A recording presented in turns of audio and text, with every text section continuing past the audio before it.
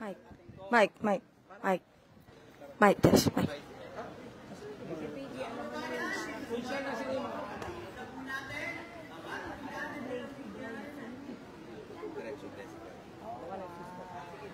One of the many covered courts. Ay, nako, daming ng request. Hi! I realized. Okay.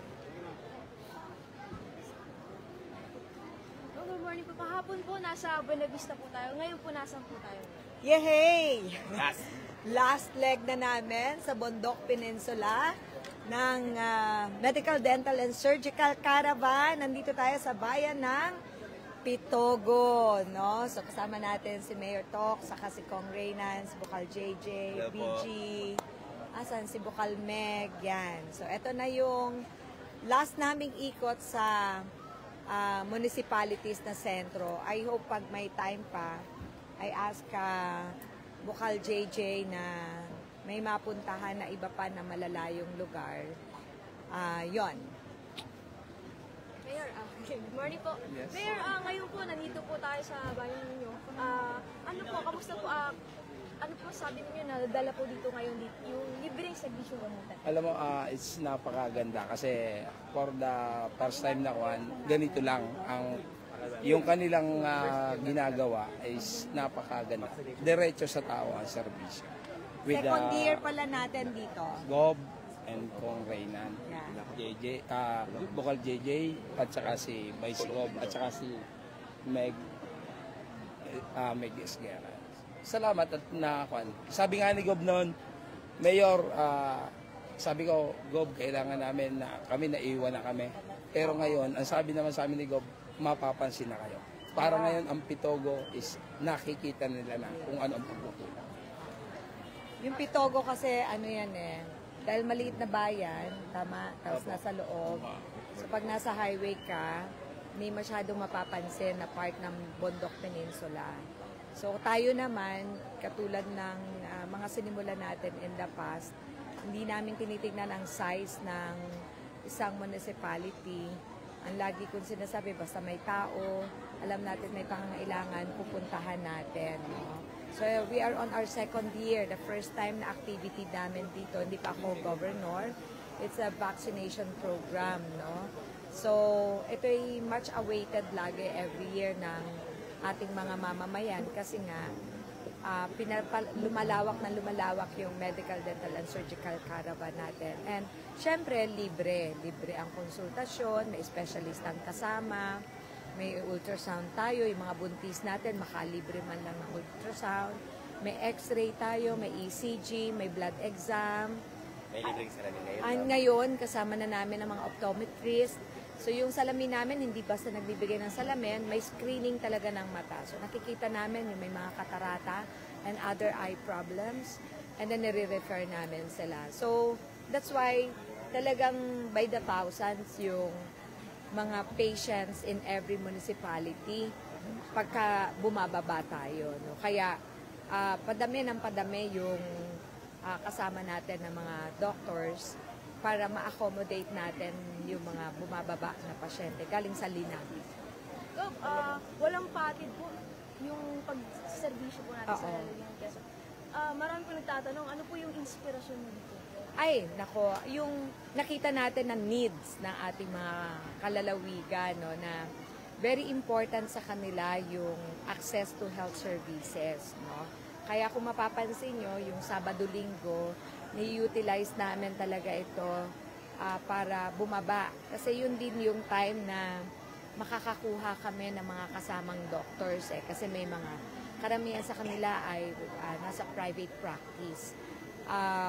Yun, it's number one. Dala ng kahirapan talagang least priority and very low ang health-seeking behavior ng ating mga kalalawigan, basically ng Filipino. So pag nakikita nilang nandyan, so yun yung nagpapa inspiration natin para magpatuloy, no? Kasi we recognize the needs ng ating mga kalalawigan. God bless you po. Ano po yung next steps natin? Kasi po, syempre po, kung tutuloy-tuloy po ba itong medical industry? Yan, dire-diretso tayo. Sabi ko nga, ano na nga syempre napapagod yung mga kasama ko, hindi sila nagpapahinga ng Sabado at Linggo. Tapos pag weekdays pa, tayo naman ay sa Second District kasi yung Second District malapit puntahan Kaya on weekend, nandun kami sa malayo. So, on weekdays naman, doon naman tayo sa Second District na nagka-clustering. So, dire-diretso tayo doon sa ating pag-ikot para sa medical, dental, and surgical caravan. Okay, thank you po. Let's go.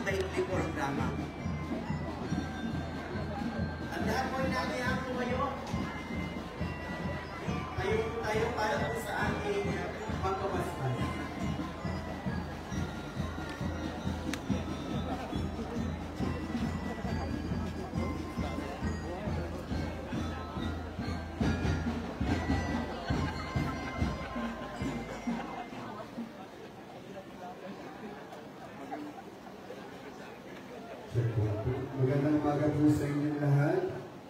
Atin po ngayong babasbasan ng ating bagong gawang cover court dito po sa ating eskwelahan sa Bitogo Community High School. Simulan po natin sa ngalan ng Ama at ng Anak at ng Espiritu Santo.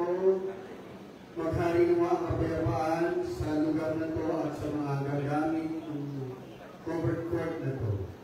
Mga kapatid, makinig sa pagdadasta ng Diyos na makita sa ating puso at diwa ang alalagay na mag-anak sa kanilang buhay. Sumainyo ang Panginoon. Ang mabuting balita ng Panginoon ayon kay San Lucas. Papuri sa iyo, Panginoon. Pagtasok niyo sa limang bahay, sabihin muna ninyo, maghari nawa ang kapayapaan sa lugar na to. Kung maibigay sa kapayapaan ang nakatira roon, sa kanilang kapayapaan. Ngunit kung hindi sila magkakamit nito. Manatili kayo sa bahay na inyong tinutuluyan. Kanin ninyo at inumin ang namang idulot nila sa inyo sapagkat ang manggagawa ay may karapatang tumanggap ng kanyang upa. Huwag kayong magpalipat-lipat ng bahay. Kapag tinanggap kayo sa limang bayan, kanin ninyo ang anumang ihain ninyo sa inyo. Pagalingin ninyo ang mga may sakit doon at sabihin sa bayan, nalalapit na ang paghahari ng Diyos sa inyo. Mga kapatid, ang mabuting balita ng ating Panginoon. Pinupuri ka namin, Panginoong sa Jesucristo. Mga kapatid, lumuhog sa manabukan ng buhay ng lahat ng mag-anak at sambayanan ang tugon po natin sapagkat lubha kang mawain. Ulti po natin. Sapagkat lubha kang mawain. Amang mapagmahal, nilubin mong pamayanihan ng tapat na pagmamahala ng aming tahanan, iniluluhog namin. Sapagkat lubha kang maawain. Ang mga pagkalinga, lubin mong maging bukas pag kaming lagi sa mga puspa at puka at sawi, iniluluhog namin. sapagkat lubha kang mawain. Amang may kapal, lubid mong maging masigasig kami sa pagpapalaganap ng iyong paghahari. Iniluluhog namin sapagkat lubha kang mawain. Aming Ama, sa iyong kagandahang loob, ibinigay mo sa amin ang iyong buhay at pagmamahal. Tanggalingin mo ang aming namimintuang kanya, aming kong pinagmumulan ng kanilang mabuting pagsamahan.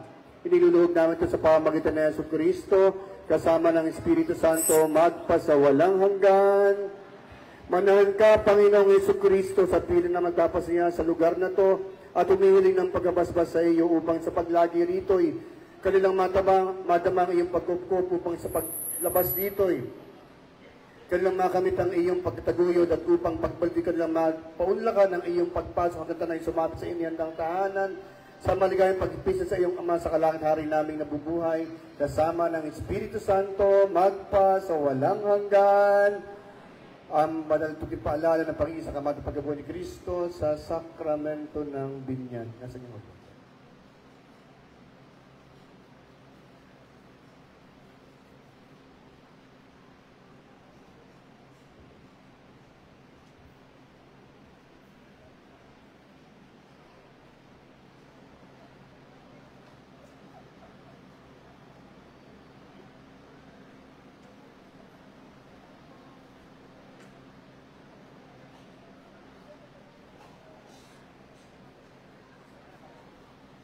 Sa pagkakataon pong ito, mga kababayan, formal na pong naputol ang ribbon na kung saan patunay na ito ay ibinabigay na sa Pitogo Community High School. Malakas po na palakpakan na may kasamang hiyawan!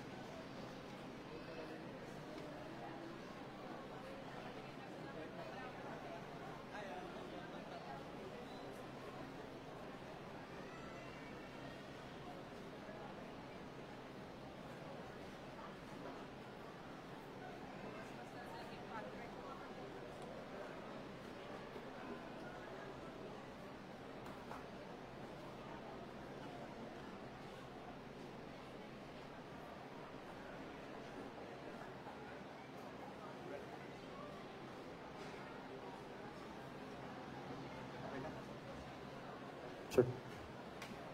Bless ka. Okay na? Blessing. Okay na? Sumayin niyo ang Panginoon.